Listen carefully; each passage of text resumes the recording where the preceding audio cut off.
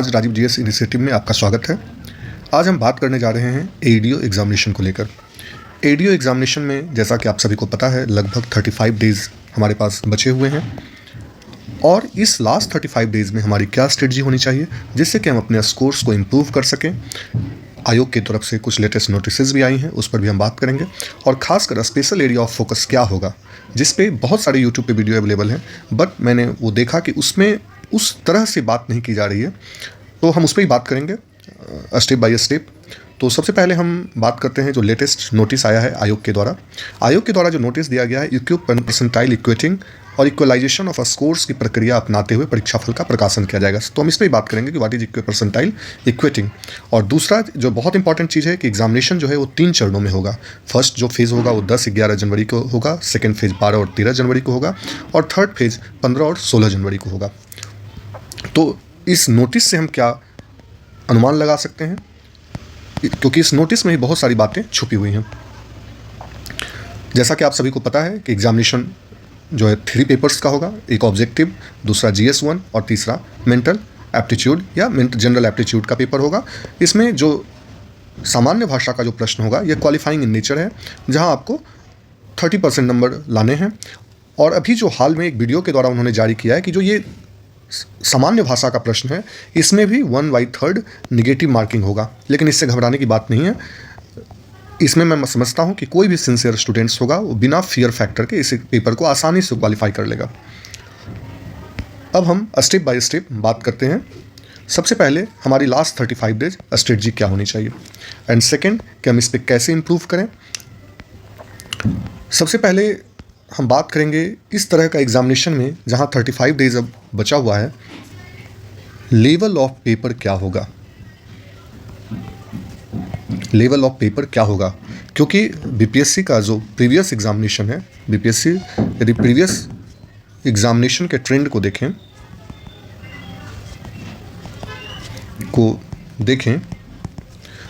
तो 70th BPSC का paper factual in nature था। यदि हम 71st बीपीएससी के एग्जामिनेशन को देखते हैं, यह पेपर मोर एनालिटिकल था। एएसओ का पेपर भी ऑलमोस्ट एनालिटिकल इन अप्रोच था। अब बात आती है कि हमारा जो प्रिपरेशन है वह हमारा प्रिपरेशन किस अप्रोच का होना चाहिए, प्रिपरेशन का हमारा अप्रोच क्या होना चाहिए। इसमें सबसे पहले है जब एग्जामिनेशन 3 फेज़ में हो रहे हैं, जो क्वेश्चन सेटर हैं उनका आइडिया होगा, जो क्वेश्चन सेट करने वाली टीम है वो चाहेंगे कि तीनों जो फेज़ हैं इन 3 फेज़ के क्वेश्चन जो हैं paper almost equal in standard हों। इसलिए ये श्योर है, जैसे 70th बीपीएससी में भी जैसे नॉर्मलाइजेशन की बात उठी थी, 70th बीपीएससी में नॉर्मलाइजेशन का जो मुद्दा उठा था उसमें भी यही बात आई थी कि जो री एग्जामिनेशन हुआ था वो दोनों पेपर, जो उसकी फर्स्ट एग्ज़ाम हुआ था और जो सेकंड एग्ज़ाम हुआ था, ये दोनों पेपर लगभग सिमिलर इन नेचर थे। इसलिए एक कंक्लूज़न निकाला जा सकता है कि एडीओ का जो पेपर होगा, एडीओ पेपर जो होगा वो ईजी टू मॉडरेट होगा,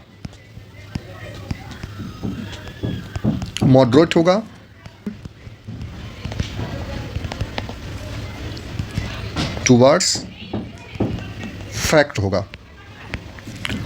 होगा। इसी से उसको बैलेंस किया जा सकता है पेपर को। क्योंकि शिफ्ट 1 मान लिया जाए, यदि शिफ्ट 1 कोई पेपर दिया गया, शिफ्ट 2 है और शिफ्ट 3 है,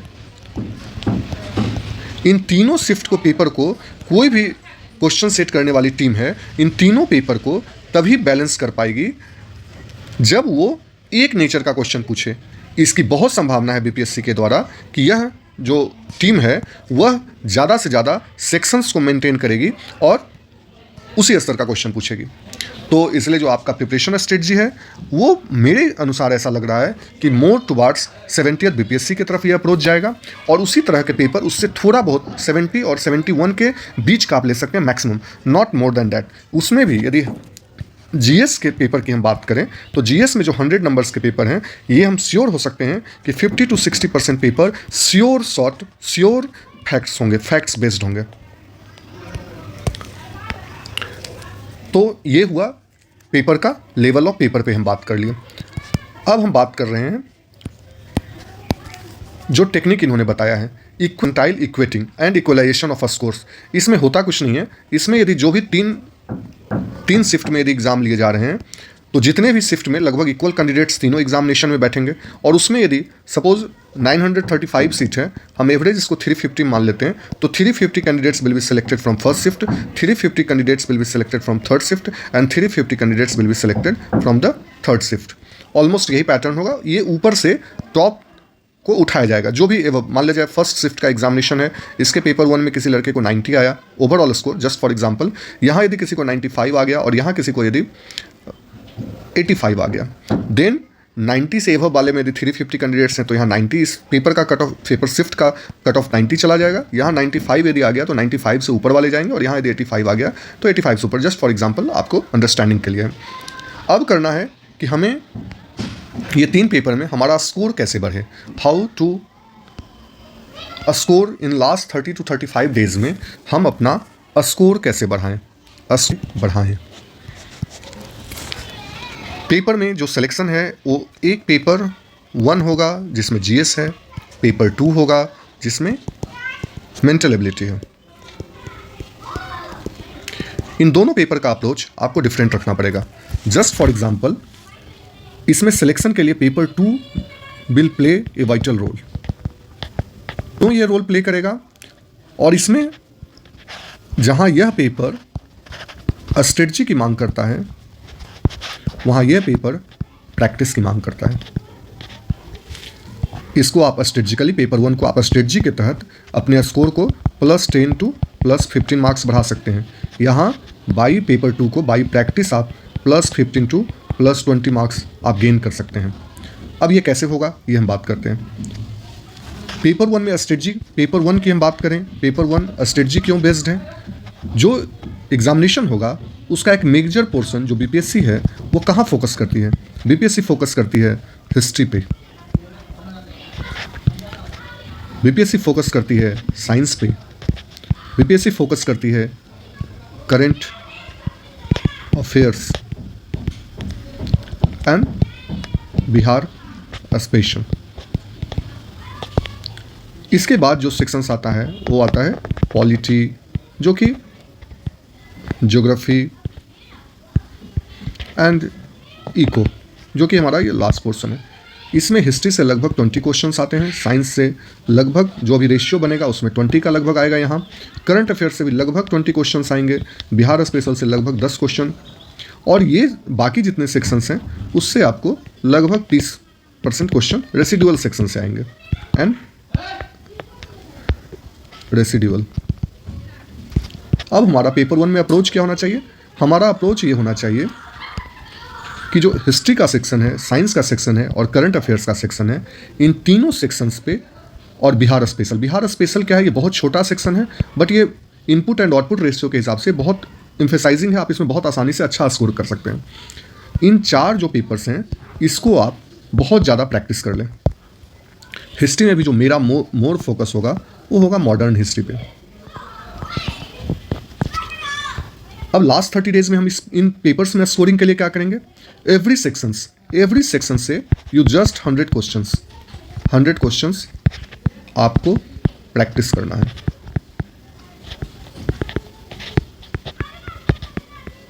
हंड्रेड क्वेश्चंस आपको प्रैक्टिस करना है।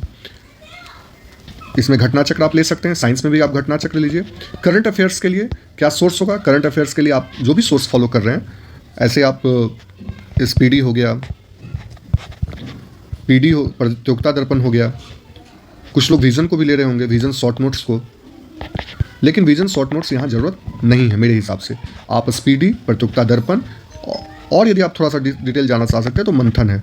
मंथन की एक आती है करंट अफेयर्स, थोड़ा डिस्क्रिप्टिव होता है, बट आप दो, एक स्पीडी और प्रतियोगिता दर्पण आप कर लें, जिसका आगे में 20-25 पेज में जो शॉर्ट नोट्स होते हैं, या स्पीडी और मंथन आप कर लें। इन दोनों में से जो भी लास्ट 30 डेज में है, just you have to go through.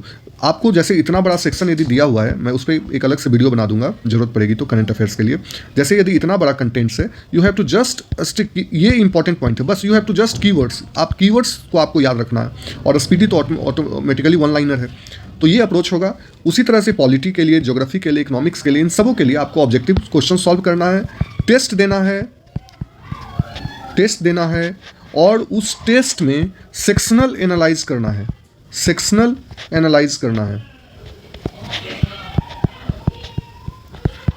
किस सेक्शन में मेरा स्कोरिंग कम हो रहा है और कहाँ मुझे इंप्रूवमेंट की जरूरत हो। सपोज हमारा मार्क्स 80 आ रहा है या किसी स्टूडेंट्स का मार्क्स 70 आ रहा है, बट हो सकता है उसका साइंस का स्कोर कम हो रहा हो, यहाँ इस स्टूडेंट का हो सकता है हिस्ट्री का स्कोर कम हो रहा होगा। तो इस तरह से उसे डिस्ट्रीब्यूट करना है, या मुझे हिस्ट्री पे ज़्यादा समय देना है। यदि सपोज अभी हर स्टूडेंट, अभी आप अच्छी पढ़ाई कर रहे होंगे, यदि अभी हम मान के चलते हैं कि एक एवरेज स्टूडेंट 10 to 12 आवर्स की स्टडी यदि अभी करते हैं, तो क्या प्लान होना चाहिए? आप 6 आवर्स देंगे GS 1 को एंड 5 आवर्स आप देंगे GS 2, मीन्स GS 2 नहीं, न्यूमेरिकल एबिलिटी को। GS 1 में आप 6 आवर्स में, सपोज आपका हिस्ट्री में मार्क्स इंप्रूव नहीं हो रहा है, तो आप इस 6 आवर्स में 1/3 आप 2 आवर्स सिर्फ उस सेक्शन को देंगे। या सपोज किसी का 2 सेक्शन हिस्ट्री प्लस साइंस में प्रॉब्लम है, तो वो 50 मीन्स 3 आवर्स वो हिस्ट्री प्लस साइंस को देंगे, और बाकी जो 3 घंटा बचा, उस 3 घंटे में 2 आवर्स आपको प्रैक्टिस करना है और 1 आवर्स रिवीजन करना है। और उसी तरह से यहाँ इसमें आपको सिर्फ और सिर्फ प्रैक्टिस है, इसमें कोई भी कुछ नहीं है। जो सेक्शन सिलेबस में दिए हुए हैं, उन सेक्शन में आपको प्रैक्टिस करना है सिर्फ, because it is more about the accuracy. Practice से आपकी एक्यूरेसी बढ़ेगी और ये एक्यूरेसी का गेम है। यहाँ पे ये जो पेपर है, ये बहुत इंपॉर्टेंट रोल प्ले करेगा। और ये कैसे ये प्ले करेगा स्कोरिंग एरिया में, अब हम उस पर बात करते हैं।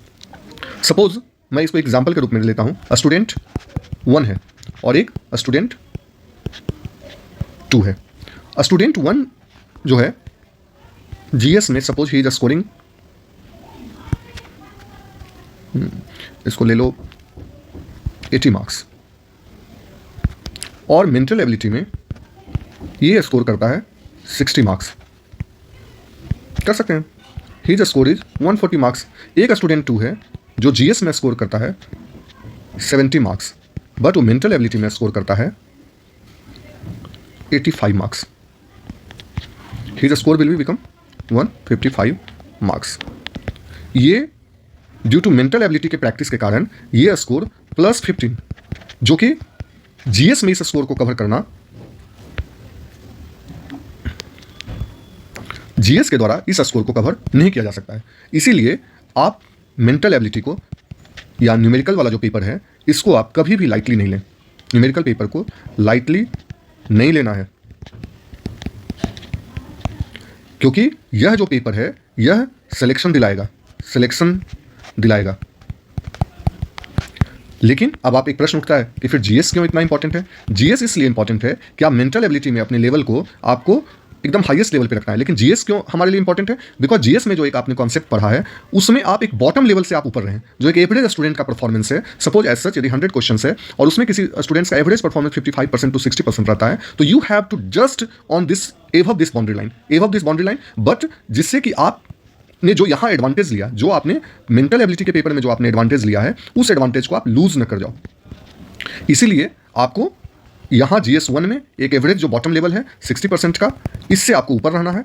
और यहाँ जो पेपर 2 है, इस पे आपको जो पेपर 2 है, यहाँ आपको मैक्सिमाइज करना है, अपने स्कोर को मैक्सिमाइज करना है, जिससे आप सिलेक्शन में आ जाएं। अभी बहुत तरह की चीज़ें आपको सुनाई पड़ेंगी, आप भी सोचेंगे 10 लाख लड़का है और सिर्फ 935 सीट्स हैं। कुछ नहीं, इसमें से कौन सेलेक्ट होगा, क्या होगा, इसमें किसी को कुछ पता नहीं है। इसीलिए जो लास्ट 35 डेज है, इसमें क्या होता है, इट इज़ ए मेक और ब्रेक सिचुएशन होता है। यहाँ पे मेक और ब्रेक सिचुएशन होता है। यहाँ आपको अपने नर्व्स को कंट्रोल रखना है, आपको किसी दूसरे व्यक्ति से कंपेयर नहीं करना है। आप सोर्सेज आपको क्या क्या फॉलो करना है, सोर्सेज फॉलो क्या क्या करना है लास्ट 30 डेज में। नंबर 1, आप घटना चक्र को फॉलो करेंगे। उसको आप पढ़ना नहीं है, उसको प्रैक्टिस करना है। दूसरा, आप सोर्स फॉलो करेंगे, करंट के लिए स्पीडी करेंगे या प्रतियोगिता दर्पण करेंगे या जो भी आपने पढ़ा है। इसमें भी जो मोर इम्फेसिस रहेगा वो लास्ट 6 to 7 मंथ्स पे रहेगा। इससे ज़्यादा 60% क्वेश्चन यहीं से आते हैं, तो 6 to 7 मंथ्स पे ज़्यादा फोकस रहेगा। मैं ट्राई करूंगा, यदि मेरे पास समय अवेलेबल रहा तो मैं आपको लास्ट 6 मंथ्स का क्वालिटी करंट देने का प्रयास करूंगा। जो एवरी मंथ लेट सच 100 करंट अफेयर्स रहेगा, 100 to 110 ये करंट अफेयर्स एवरी मंथ का मैं ट्राई करूंगा कि आपको PDF या जैसे भी होगा प्रोवाइड कर दिया जाएगा। बट इसके लिए मैं प्रॉमिस नहीं कर रहा हूँ, मेरे पास यदि समय मिला then I will try to do for you all. लेकिन आप जो भी जगह से पढ़ रहे हैं, आप स्पीडी में भी लास्ट में, स्पीडी के जो मैगजीन के लास्ट में ऑब्जेक्टिव होता है उसको आप प्रैक्टिस करिए, उसको भी आप प्रैक्टिस कर सकते हैं। इसी तरह से एडुटेरिया है, एडुटेरिया के मैगजीन में लास्ट में करंट अफेयर्स रहता है, ऑब्जेक्टिव क्वेश्चंस रहते हैं। आप ये सबसे आप प्रैक्टिस कीजिए, because the examination is not about the reading test, it is question solving skills है। वो आप कितना ज़्यादा से ज़्यादा क्वेश्चंस को सॉल्व करते हैं। बहुत लोग ऐसे स्टूडेंट्स होते हैं जो प्रैक्टिस नहीं करते हैं और वो सिर्फ पढ़ते रहते। उससे क्या होता है कि वो पढ़ाई तो बहुत करते हैं, but when they face the questions then उनको रियल डिफिकल्टी होता है कि ऑप्शन ए होगा, ऑप्शन बी होगा, सी होगा कि डी होगा, बी और सी में वो कंफ्यूज हो रहा है इस ढंग से। तो इसमें क्या होता है, मार्जिन ऑफ एरर बढ़ जाता है। मार्जिन ऑफ एरर, सपोज आपने 20 क्वेश्चन अटेम्प्ट लिए और आप इस ढंग से कंफ्यूज होंगे, आपने 5 क्वेश्चन को गलत कर दिया, आपका ओवरऑल स्कोर लो हो जाएगा। लेकिन यदि आप ज़्यादा से ज़्यादा प्रैक्टिस करते हैं तो आपका वो क्वेश्चन सॉल्विंग स्किल्स आपका क्लियर हो जाता है। तो आप ये जरूर करेंगे। कुछ डॉक्यूमेंट्स हैं जो बीपीएससी का ट्रेंड रहा है, उससे वो क्वेश्चन लास्ट में पूछ रहे हैं, हमें उस पर फोकस करना है। जैसे बजट आप देख लेंगे, दूसरा इकोनॉमिक सर्वे आप देख लेंगे, इकोनॉमिक सर्वे बेस्ड क्वेश्चंस आप देख लेंगे, बजट बेस्ड क्वेश्चंस आप देख लेंगे। नेक्स्ट आप फॉरेस्ट रिपोर्ट आया है, फॉरेस्ट रिपोर्ट के क्वेश्चंस आप देख लेंगे। नेक्स्ट नीति आयोग के यदि कुछ आए हैं, नीति आयोग का रिपोर्ट पे यदि कुछ क्वेश्चंस नीति आयोग की रिपोर्ट पे आप बेस्ड जो रहेगा वो आप देख लेंगे। इसके बाद नेक्स्ट एक ट्रेंड रहा है NFHS 5 का, वो डाटा पूछ रहे हैं, इस रिपोर्ट को भी आप एक बार